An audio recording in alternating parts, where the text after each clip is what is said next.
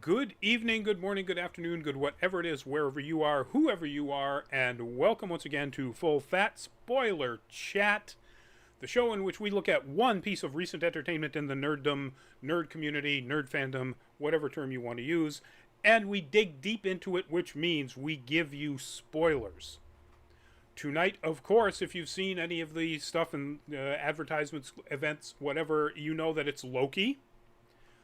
And that means we're going to spoil Loki. So if you have not seen Loki, and you mind spoilers, then you probably shouldn't be watching the show.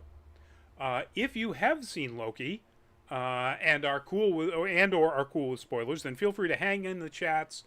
Let us know what you think about our opinions. Let us know your own opinions. All of that sort of wonderful stuff. I'm Rodney Brown. I'm the editor-in-chief of Nerd Caliber, first-person shooter on Facebook as a cosplay photographer, Burley_adopter on Twitter, a couple of other places, as a couple of other things. Joining me tonight, let's see, we are going to go in order of how we're going to be talking. Not me first, me last, but then otherwise first. Byron, why don't you introduce yourself before I get out of Okay, but I have a joke to make first. All right. There's not going to be anything low key about Loki tonight. Yeah, okay. All right. Okay. Hi guys, Byron McNeil, aka Byron D0, pun master of the universe. I will fight whoever for that throne. I do a number of different things for the site. Contributing writer, content creator, social media guy, and hopefully photographer soon.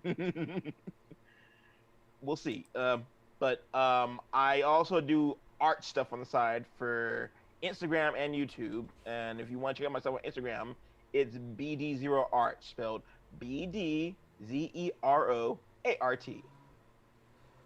Awesome. And also joining us tonight, the you got a lot of pink hair and pink stuff on your shirt. So the wonderfully pink enabled Gogo, if you would. Hi, I'm Coco Incognito. I have been around with Nerd Caliber for a long time, and I plan to stay there for a long time. I've been so excited for tonight because we're talking about Loki, my favorite. I'm so excited. Here's the exciting thing. You can always see me at Instagram and TikTok at gogo_incognito. You can also see me a lot on Nerd Caliber on the YouTube by just going there and being like Gogo Incognito, and you'll see me. And guess what? I'm coming back, y'all. I'll be back on that mic, and I am so thrilled. But let's get into it. Let's talk Loki. Yes. Let's. If you've seen the show, oh, by the way, welcome Lucifer in the chat over there on the YouTubes, and the great comment. Yes, it's worth my time. What kind of answer is that, dude? My homeboy, like I'm his homeboy too. Lucifer, that was a question, not an answer, but I get your point, and I understand. It was put up there basically to get that kind of reaction. Okay. The question being, of course, is Loki really worth your time? Time being the joke and the pun. So, what is Loki? This almost needs no introduction.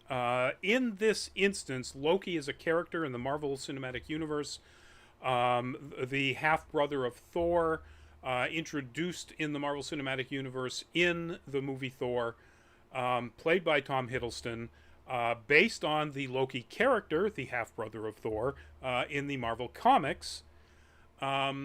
And that is of course based on Norse mythology, Loki the trickster god, and so on. So it's almost impossible to describe all of the source material, the number of writers and artists and creators that have gone on to define Loki. You can't, but you can go back and back and back and just like type in early Norse mythology and you'll get some of that. You won't miss it. Well, true. I mean, just the comic creators who should be credited for doing the work of creating the Loki. You know, You're but right. It's been so long. yeah, I mean, starting of course with Stan Lee and Jack Kirby, but then going, you know, way past that. Well, Right. yeah, Loki as a character has definitely been in the cultural zeitgeist in one way or another. I feel like subsequent incarnations from different outside of Marvel have borrowed so heavily from his persona of being the agent of chaos that he is. Yeah, some of them. Some of them have done a pretty good job of making an interesting interpretation of the character from based on Norse mythology. The most recent God of War game, as an example. But so that's, you know, sometimes we'll go a little bit more in depth in telling you exactly, you know, when X was published or Y was published. Again, this goes back so far in Marvel alone, Ubiquitous. to say nothing of course, the ancient mythology. Then, you know, it's almost pointless to you know, to try to do that. At least the early 1960s, Mm. 62, I think. Mm-hmm. Mm-hmm. Um, He was the Avengers' first enemy in the comics, he right? was, although he first appeared in the Tales of Suspense, where there were the Yes. Thor stories before the Avengers even existed. Exactly. He came into the Thor stories with and well, I don't know what to say here, Rodney. I don't want to spoil anything, but the look that he had in the beginning, we will see later. Yeah. So it's spoiler chat. You can spoil anything, so it doesn't really matter. Um, so let's get into now the first part of where we actually talk about the show itself. Yeah, let's. Um, and we'll start with Byron because we're going to go around this way, you know, Mm. counterclockwise, or also we'll go alphabetical. Byron, what did you like? What worked for you? What did they shoot for and actually hit? Um, well, there were a lot of things I like about this. The cast. This is some of the strongest Marvel casting that I've seen in any project in a long time. Like, first of all, you got Tom Hiddleston. Um, so many different newcomers. I cannot remember the young lady's name from who was an alum of Lovecraft Country. She was one of the officers. I cannot remember her name, and it's going to kill me now. But One of them was she, uh GU. No, I thought that that's was Ravana. No, you're talking about yeah, B-15. B-15 was Wunmi Mosaku. yes, brilliant actress. I can't wait to see more. I can't wait to see more of her in anything because like her she's definitely got a knack for character acting, just like some of her contemporaries within like from Lovecraft Country alums, and she was one of those characters, one of those side characters that definitely caught my eye. Yeah. Um, to say nothing of Sylvie's actress Sophie DiMartino, who I think it's safe to say she's best girl. I think so. Yes. That's an anime term, folks. So if you're not familiar with that, Yes. I definitely have my Marvel best girls, and she's one of them. Um, Owen Wilson. You just gotta say his name. Like he was having so much fun with that role. Like the guy has such great comedic timing. And my only, I love the chemistry between him and Tom Hiddleston. Now, correct me if I'm wrong, but aren't they friends in real life anyway? They no, are. they are now. I didn't get that watching the assembled hour-long documentary about the making of Loki. That they had any connection prior to the series, but I might be They wrong. did. They've actually been in a film together where they spent a lot of time together previously. Okay. Yeah, because I remember watching a video on YouTube where it was pointed out that Tom Hiddleston does an amazing impersonation of him. So And there it I don't want to. When you're done. no, When you're done. and well yeah, and you don't like I feel like you don't do like that kind of singular impersonation unless you have some sort of connection to that person. So I would that's something I wish they had done in the I wish they had done in the show, but can't get everything you want. But what, have him do Um, an impersonation? yes, Okay, like I the mean, it would have been a impersonation. funny bit. Yes, I was like secretly praying for it, but alas, my prayers were not answered. Um, Tara Strong as Miss Minutes. This the queen of voice actors. Who are we kidding? She is that is her. She is like she is what all other voice actresses aspire to, in my opinion, and she she stole the show. She steals the show in everything she does. Uh, Costuming is what you've grown to expect with Marvel. The comedy, like the comedy that's in there is great.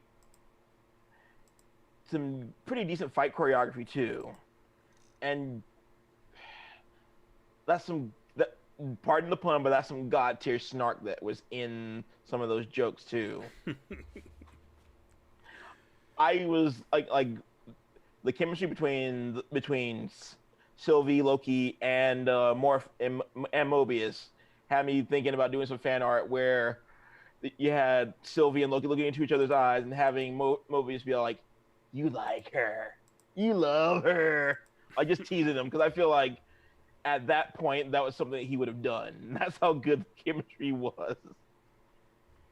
But like Cool, he still cool. had his moments where he's like, "You're my favorite." And I don't want to be here too much longer, so I'm going to stop it there. All right, cool, cool, and we can always come back to that sort of stuff. Yes. Go, your turn. What worked for you? What did you like? What did they go for and nail the target? Okay. What I loved was seeing the more, again, vulnerable side of Loki.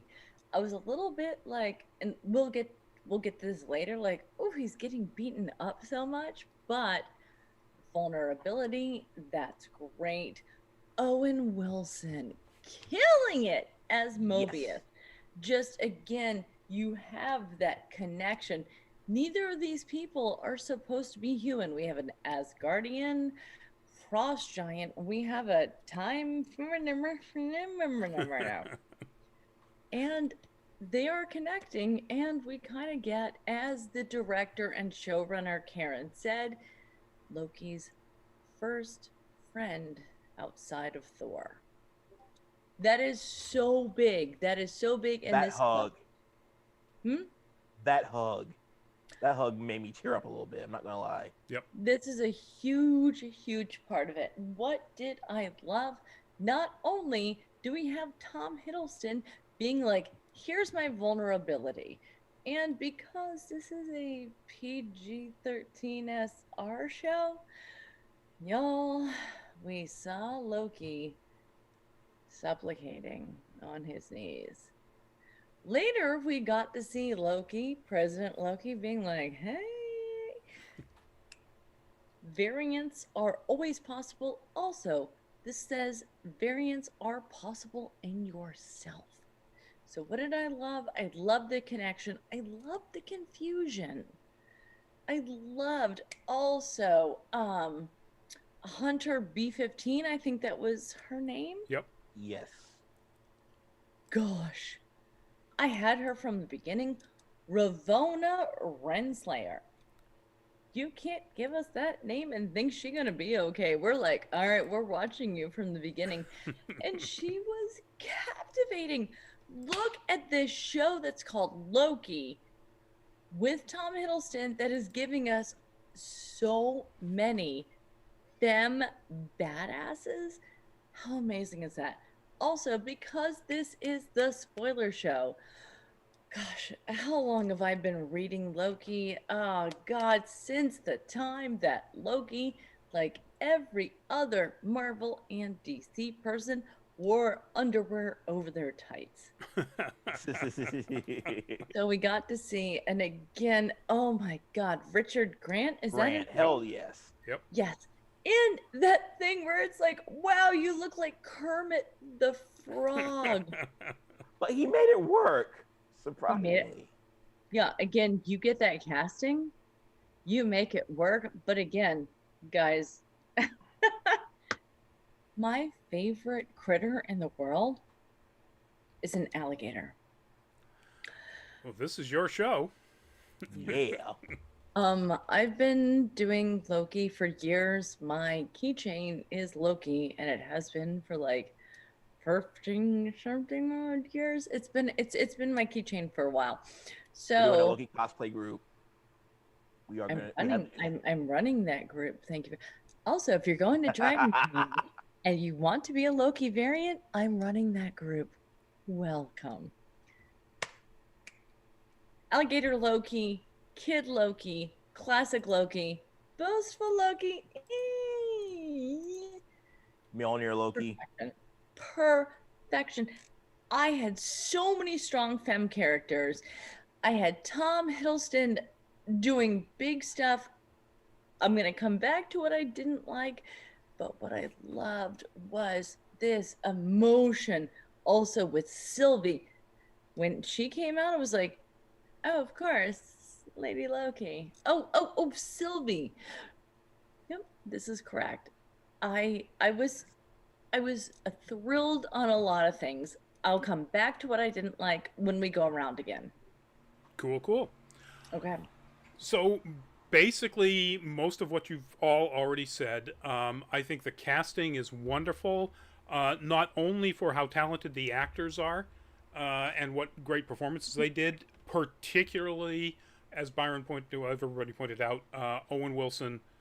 Owen Wilson is a revelation in this as not only a wonderfully dry comic presence, because that's what he is anyway, but a really deeply emotional and heartfelt individual.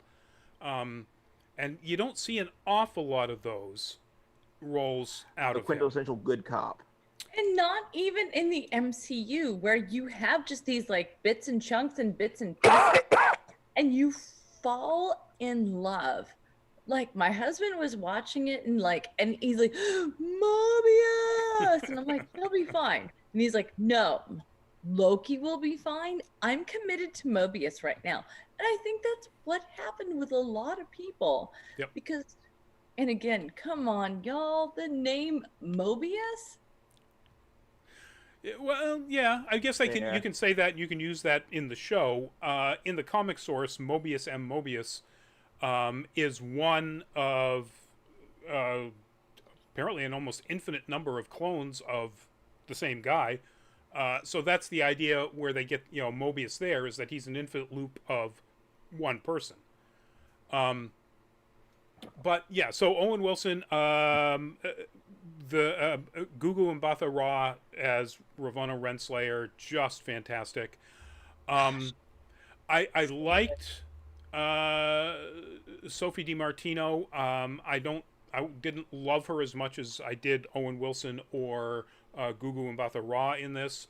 I am hurt personally that I did not recognize B-15 Wunmi Mosaku as Ruby from Lovecraft Country. Right? And I think she was better in Lovecraft Country, but that's because I think she had a better role to play. Yeah. Way more complex than B-15. Although the revelation when she realizes the big, again, spoiler, that all of the TVA agents are actually just variants from timelines that were pruned. I want to interject one thing. Ravina's character. It is so rare that you get to see compelling villainous characters who are allowed to be as cowardly and pathetic as male antagonists in media. So yeah, I just want to I want to tip my hat to the entire the production team, the creatives behind it for allowing this character to exist. You mean Ravonna? Yeah. Yeah, I mean Ravonna, yes. And all of the characters that they either wrote or cast as, or both, women, people of color. I don't know. In speaking roles, they almost dominate the show, or are close to 50-50. And that's amazing. That's wonderful. Can we also have just a little moment for Eugene Cordero? Because wherever he goes, also in the Disney Marvel universe, he now was in The Mandalorian, and now he's got a Marvel Loki role. Ooh. I didn't remember him being in The Mandalorian, but I'm sure He's he in was. the one that was with the blue shrimps. Oh, okay. Yeah. Yeah. Does I'm that drawing a make blank. sense? Yeah, that was not my The favorite blue episode at shrimps, they all, have to so coax the big machine into the water. right. Yeah. That was I not don't my remember. favorite episode of it's probably my least favorite of the entire series. I So, know, we talked about this yeah. before. Luminous, welcome to the show. Hello, all. I particularly enjoyed the score. That's true. Oh yes, the So score was one of the other amazing. things I really, really like about this is I like the cinematography and the direction, Yes. and the cinematography, the lighting, the set decoration, the color choices, everything about that. It has been said by people who know this sort of stuff better than I do, and I have to take their word for it. This has a very David Fincher look to it. Um, Oh, mm. and I can see that the reliance on fairly tight either close-ups or duo shots and not an awful lot of back and forth reaction stuff. Um, particularly in the time chamber or whatever it is, the interrogation room, basically. You almost never see, Mm. except when it's on Hiddleston, just a shot of one character's face reacting and then a quick cut to the other character. It's almost always both of them in a fairly tight frame, and that's a Fincher kind of thing, I guess. Luminous, I was very glad there were so many scenes of two people talking. The Marvel movies are too heavy on action sequences for me, so I'm greatly preferring this TV series. Um, I agree. Mm. I think if you want to look at the biggest dichotomy that you can possibly look at in the Marvel stuff that's happened so far, you look at the big ending of WandaVision and the big ending of Loki. And WandaVision is, what's it, another sky battle with giant magic laser beams? Yeah. It was great, but that's what it was. And Loki is three people talking. And a little bit of fighting, No. but mostly three people talking. I mean, you can say the same thing about Falcon and the Winter Soldier as well, where it like they had to have that big climatic battle that rounds everything out. Right. I mean, you have the little scenes towards the end, but it was so bombastic. It, but this definitely sets a new precedent. Yep. Well, I would be ill served if I didn't say, and I've been thinking about this and like putting it in my cap because I have watched this through like 4 times, first on my own, then with my partner, then with groups, then with my Whovian group, because we did see like this being like, wow, if Marvel and Loki and Doctor Who all did a thing. And It is kind of Whovian. I'll give you that. I'm not going to say it's fully Whovian because, but it's a little bit there. There are, if you're a Whovian, I'm just going to say, if you're a long-term Whovian, you're going to see things you're just like, yeah, that feels correct. Yeah, I got that. Yeah, its version of time travel is Pompey way said- more Whovian than Endgame-ish. The Pompey said, like, Exactly. And it just leaves, again, when you're a Whovian, it's just like, well, you just say wibbly wobbly, timey-wimey, and you don't try to pinpoint something that is, you just kind of let it go and you go with it. yeah. And this is what happened. And we were like, well, as soon as Endgame had left 7, I'm just like, whatever. You kind of have to at this point. Yeah. But it doesn't do anything to violate any of the principles that were established in Endgame either. So, it just sort of Unlike expands on Endgame did. them. Well, yeah, Endgame violated its own principles. So, other things that I really like about it, I like the fact that the story, it's clearly a story about one individual's, need and attempt to achieve growth when the universe kind of thinks that they're destined not to ever grow because that would change what their purpose is. A glorious purpose. But it also does an excellent job of establishing the way the stakes in the overall MCU change drastically, or are going to change drastically. The last, phase 3 ended with, Thanos wiping out half of all life in the universe, and then big battles, and they defeat it, and so on. And phase 4, at this point anyway, gets to the level where the one person who almost defeated him in Endgame is now infinitely more powerful than she was then, Wanda. And the new possible baddie is in charge of an entity so powerful that Infinity Stones are paperweights. So it really sets that tone that this is going to be way, way bigger this next 3, phase 4, 5, and probably 6. And not just that, but if you go on Disney Plus, they just released a thing of I don't remember what it's called because I think it just came out today or yesterday, but it's like the making and whatever of Loki. Yeah, it's part of their series called Assembled, in which they do 1-hour documentaries about the making of each one of their series. So, yes, exactly. I haven't watched any of those. I gotta check those out when I get a chance. The Loki one is fascinating. I haven't watched the Winter Soldier one. The WandaVision one was really fascinating for a whole bunch of reasons, but I think the most is as fantastic as the chemistry between Elizabeth Olsen and Paul Bettany are in the show, there's zero outside the show. We talked, and Yeah, absolutely. When we talked about that before on the show, I just saw the Loki one put up today. I can't wait to watch it. Again, I do love that. How do we say it? Kevin Feige. Kevin Feige. Thank you. Like this continuation, I think it's so smart. I love it. I love to see it. And of course, I know people said, "Oh, Loki's died like a bunch of times. He shouldn't come back." Yes, he should. Yeah, he does in the comics. And They all yes, mostly they all she do in the should. comics. Yeah, Huh? I'm sorry? they do in the comics. He does in the comics. All of them do in the comics. Yeah, there are some people People where are saying that don't clearly know nothing of comics. right.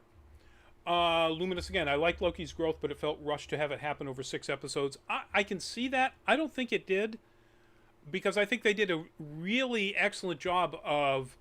They had to compress all. In fact, they compressed it in essentially 2 episodes, the first 2, where he's seeing what his future was in that other timeline, and what it's supposed to be, supposedly in the sacred timeline, and he realizes that he did wind up having a deeper connection with some of the people around him, particularly his brother.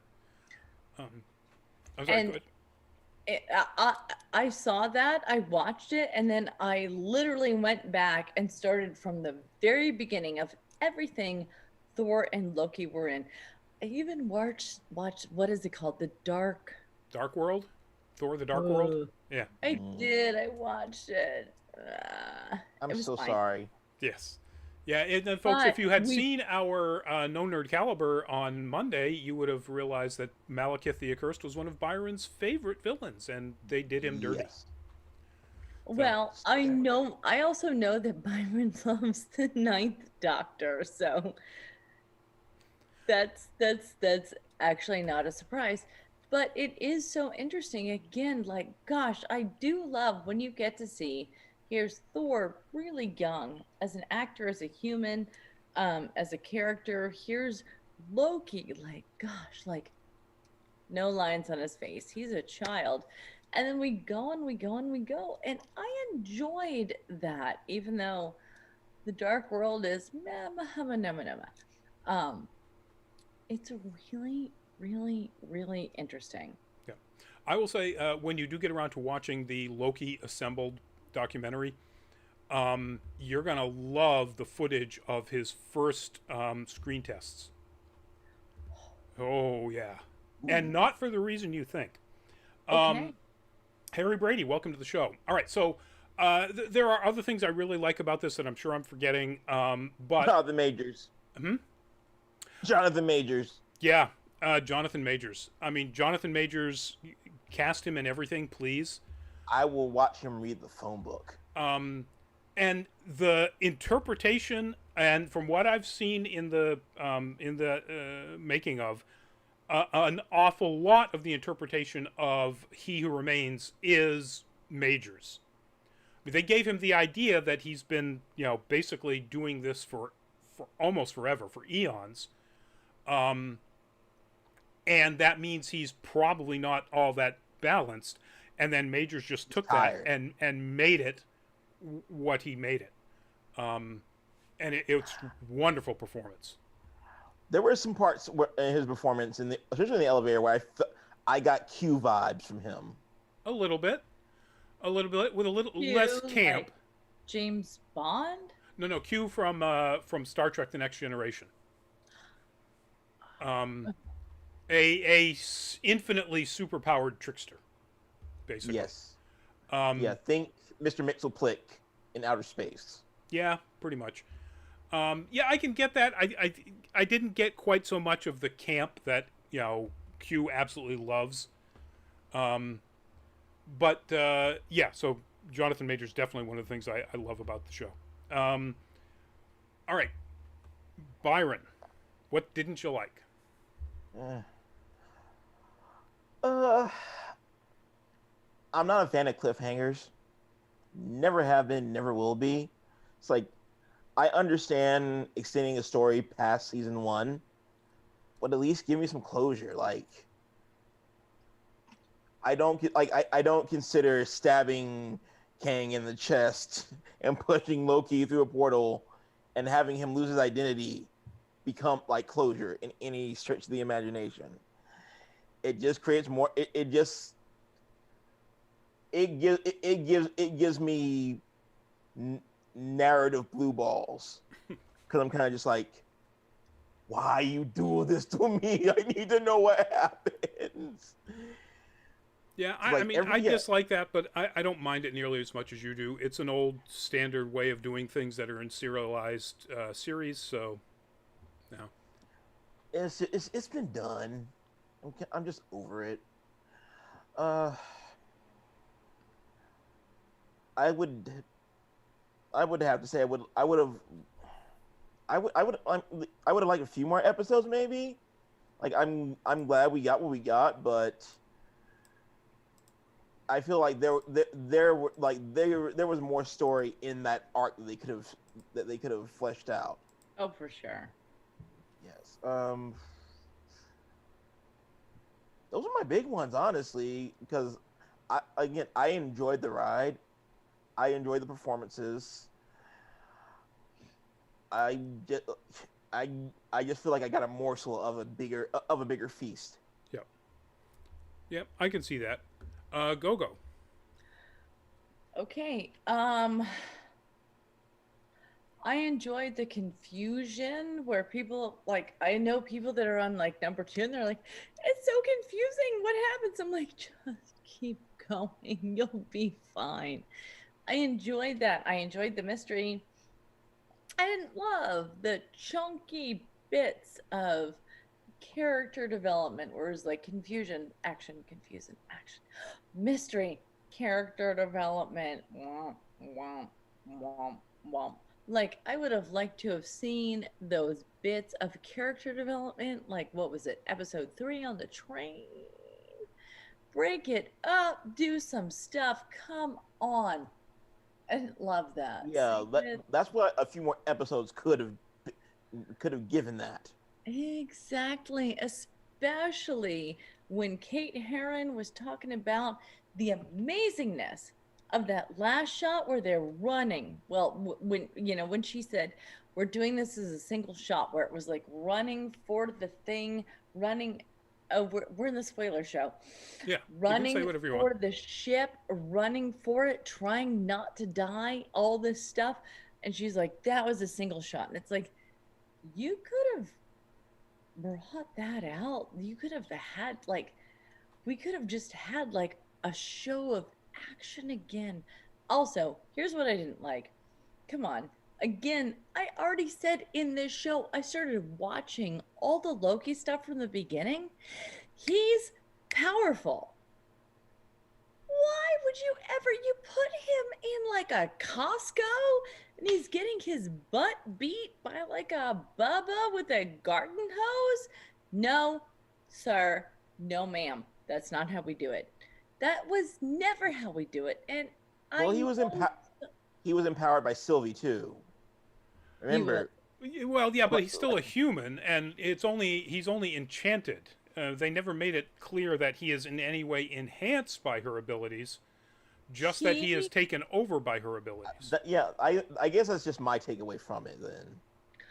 but when he is in the TVA, he doesn't have his magic. Put him back on Earth. Psh, he gets all his magics. He hadn't been touched by Sylvie at that time. She didn't enchant him. Let me see those magics. Come on, boy. Yeah, I agree with you there. Those fights were, he had demonstrated his ability to use his magic when he cleaned the water off of his outfit like that. For sure. And we'd seen it again. They put it all when he was a Marvel villain. When he was a villain, they put it in there. Now we get him as a sympathetic character, and he's suddenly like, puff, puff, puff, puff. Nah, no. He can still be a sympathetic character and hold his own. So I did not like that. So I didn't like how some of the pacing with the character development that just kind of went on too long. I didn't like how much he got beat up. Again, all you have to do is go back, even to Ragnarok, one of my absolute favorite Marvels of all time. Agreed. You see him kicking boots. And also, there needed to be just a little bit more. I'm not, guys, I'm not done. They brought out what is basically the That's new, a chunky gator. Yes. the new, like, this the new Baby Yoda? Come on. Loki I want Gator? I want a plush with the horns. Yeah, well, fully I'm pronounced. making horns for all of them. All of them. All body sizes, all things. And this is only 3. So, but Well, we're in the what didn't you like, and clearly you loved the alligator Loki. So, what yeah, about it bring didn't you him like? back. Do a thing. They wanted to put that up. They were successful. He is now the new hotness.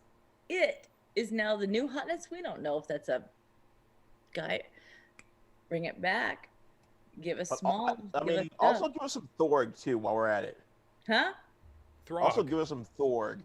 Or Thor- Throg. Throg. Yes. We did get that when there was like when they Yep. panned down and there was like Mew Mew, and then there was the thing and it was like, and they did get Chris Hemsworth going, oh, I can't be the only one who knows the Thanos copter. Oh no! can't. I started laughing my ass off the minute they showed that. I know. It was like, that's the Dark Aster. That's the Thanos copter. I mean, all those He Easter actually eggs were did great. it.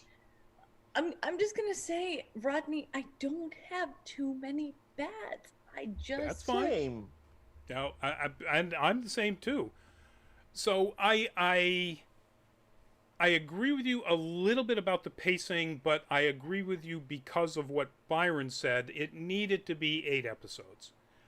it absolutely did. They needed to spread those up because it was like action, action.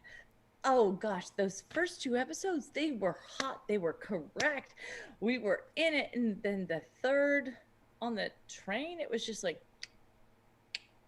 Yeah, but so I would say that you didn't like what the discussion was going on. If you paced out the number of minutes of action versus discussion between the first two episodes and the third episode, I bet they're the same.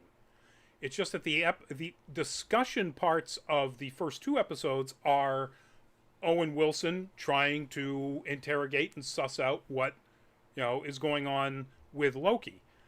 The discussion parts of the third episode are building the relationship, whether or not there can be trust, and where the two of them sort of stand in regards to, well, each other or essentially themselves, between Loki and Sylvie.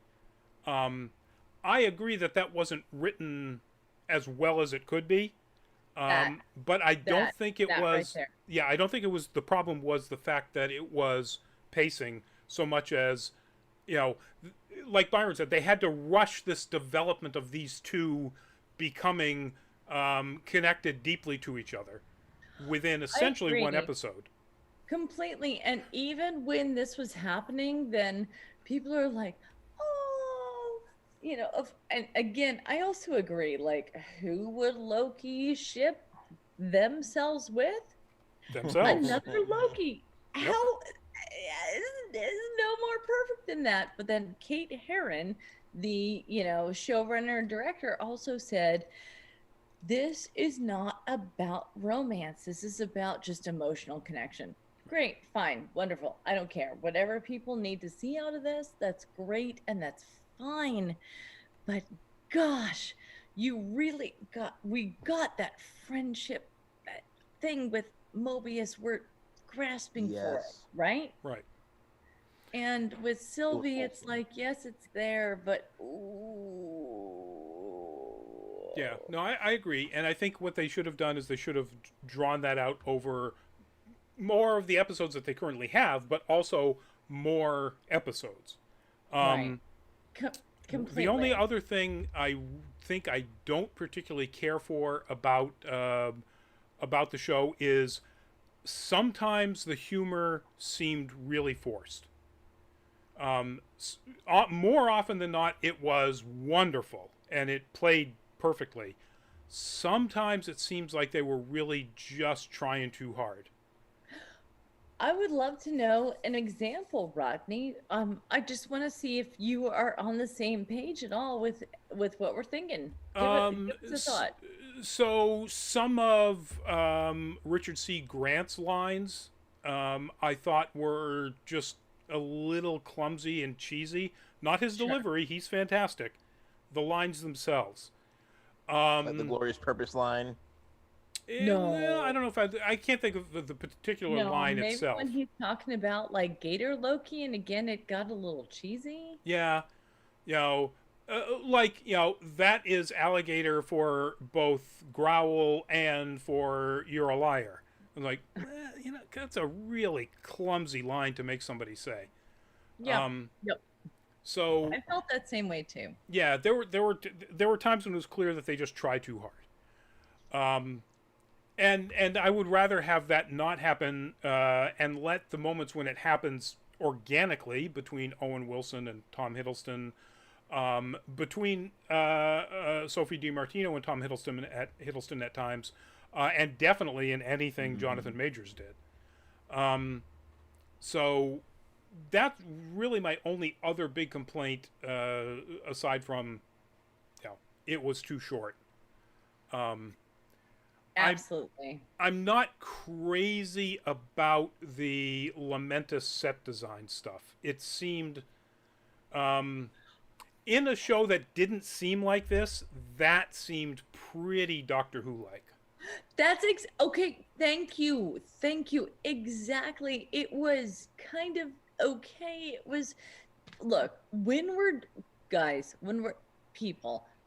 doing Doctor Who, we are always going to give them the little bit of a break of, we know the sets are going to be me. Doesn't matter. We're going for the acting. And in this case, the sets were Lamentus.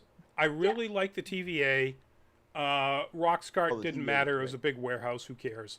And I really liked, The the end. void.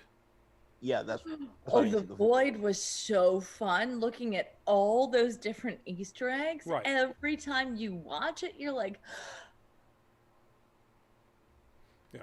But yeah, I just thought Lamentus was just not quite there. Just a little too Doctor Who like. oh, Um, I'm sorry. but I I that, love guess Lament. I guess because I'm just because I was so used with of my Doctor Who being like just like like an over saturation of like time settings in the past. I didn't see it that way with Lamentus. yeah, I but if didn't you look at some of either. the later classics, like Nightmare and Silver, which is set on a future human colony world, um, there's a fair amount of that. That sort of future science fictiony sort of stuff. Yes. Um, all right, so that's it for our dislikes, folks. Let's move on. Byron, you know, I think we've already kind of touched on a lot of these things, but what's the message coming out of this? What's the theme of Loki? Um Honestly, and I'm just going to use this pun right now, but the time honored tradition and the concept of tabula rasa, which for those of you who don't speak Latin means you're the master of your own fate. Well, no, it actually means clean table, It or Oh does. yeah, clean clean slate. slate. Yes. So Yes, start. clean It's slate. That's Slate. right. tabula Tabula rasa is if rasa. you're saying the message is starting over again. Yes, which in a way, yes, in a way, that's what it is because I felt like considering like where I'm at in my life personally, it's a message that I resonate with. Where like I've spent so much of my life feeling like I'm a victim of circumstance, but if I really do the work, I can have more of a say in what I do, and that's a lesson that Loki learns. That's a lesson that Sylvie learns, and that's a lesson that 95% of the TVA learns. That if you take a step back from your circumstance, you'll find a chink in the armor. You'll find somewhere where you can have a say and you just be like, nope, I'm not doing this. Cool, cool. Before we get to you, Go, Lumina says, I like Loki's scene with Sif quite a bit. As I've said before, I like Groundhog Day stories. Yeah, that was good. And that was one in which, there was somebody who legitimately could, beat the snot out of Loki. They're both Yes. Asgardian And goddesses or gods, she's coming back. and she's coming back. Yes. So, um, all right, Go. What do you think was Okay. the message? What? Oh gosh, I just got so caught up in my excitement with Lady Sif. Um, hmm, hmm. Karma. It comes around again. It always does.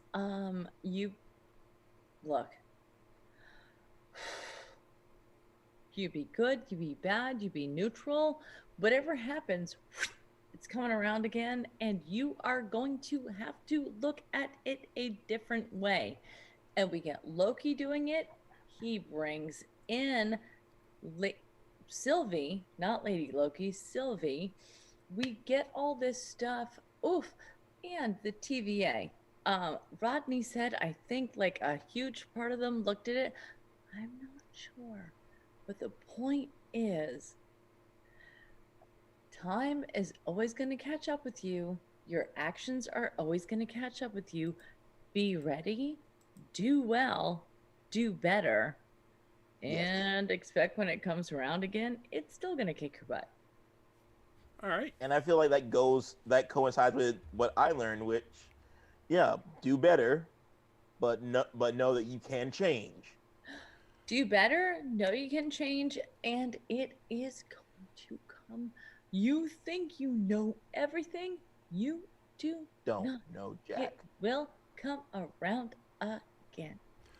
That's Puff. interesting. So I think those messages are in there, but that isn't at all what I took as the main message. I took the main message being the need for self acceptance, even to the extent of self love.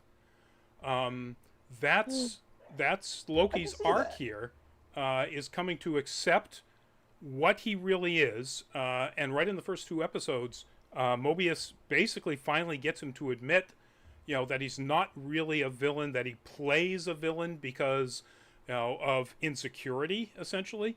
And then finally, when he does meet, another version of himself, in this case, a female version in Sylvie, it's coming to both accept that other aspect of himself and learning to essentially love himself.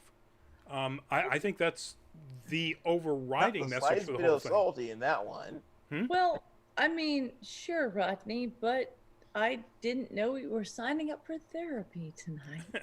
Well, that's what So, message stories are. When we get to that part of the Yeah. show, that's what it's no, always that's about. absolutely And as it. a slight major, I appreciate it. I appreciate it. I felt it. I cried. I went there. Woof. Even those little moments when he was with the other Lokis in the void, and Kid Loki was like, I killed Thor. And you see our Loki go, Yeah. and Whoa. you see, and then you're just like, oh, my heart. Again, this is a thing that is going to get your heart if you are open to it. What I just said, I didn't want to put my heart out there. What Rodney says, yes, it's pretty true. This is, you know what? Nietzsche, know thyself. Yes. Boom. Um, Boom. yeah. I'll agree 100%. Family one, pizza time is life. Okay. I'm not sure that we're discussing pizza, but I'm glad you're enjoying. I'm Always going to stay pizza. with my last bit there because I don't know I can do better. Nietzsche, know thyself. Yeah, and that's really what it's all about. When it even ultimately comes around to he who remains knowing himself so well that he knows that there are versions of himself that should not ever be allowed to exist. We didn't even talk about who we think he is, Rodney. Well, we know who he is. He's Kang, Yeah. and because in the comics, he who remains is not a Kang, but clearly this is Kang because Majors has been hired to play Kang. So Yes. Yes. Yes, he's going to be Kang in Quantumania. yeah, I know, but I don't know if everyone who's watching this knows that. So, oh, that's true. That's a good point. Fair enough. I also like the fact that well, I'm not sure I'm crazy about the fact. I find it interesting that that everybody associated with the show insists that he not be called Kang, that he be called He Who Remains. yep. And I think that's a marketing ploy to make the appearance of Kang more impressive when he shows up. Marvel really needs to stop doing this because they are the worst secret keepers. Yeah, Well, I don't know. I mean, I still know people who absolutely love Cap, Bucky, Sam, etc. But they're not watching the show. So I think there's still going to be some people who are surprised with some of the things that come out of this. no, that's true. All the things. And if they wind up being completely surprised in Ant-Man and the Wasp: Quantumania, then they're just going to have to go back and watch this. Or I'm assuming that will catch them up. There will be exposition in there that will catch them up to some extent. Luminous, Am good I point. the Just only a second. one who loves Ant-Man as much as I do? I love I Ant-Man. love the Ant-Man I think Ant-Man. The first Ant-Man was fantastic. The second one was okay. Luminous, yeah, thank we you know for the that. correction. Socrates said, "To know thyself is the beginning of wisdom." So yeah, so I think that there are plenty of, like every one of the Marvel things, there are plenty of messages to take out of this. And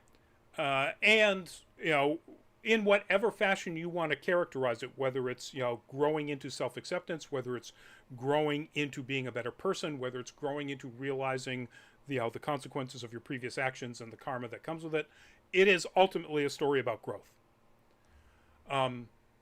And we've grown our time to almost an hour, so that's enough. Thank you, folks, for hanging with us, for your excellent observations and your chats. We're going to get some goodbyes after I give some upcoming previews. So, next show is next Monday. It is our Anime Octane show, and it is basically, as I just saw it dropped yesterday, apparently, season 2 of Beastars.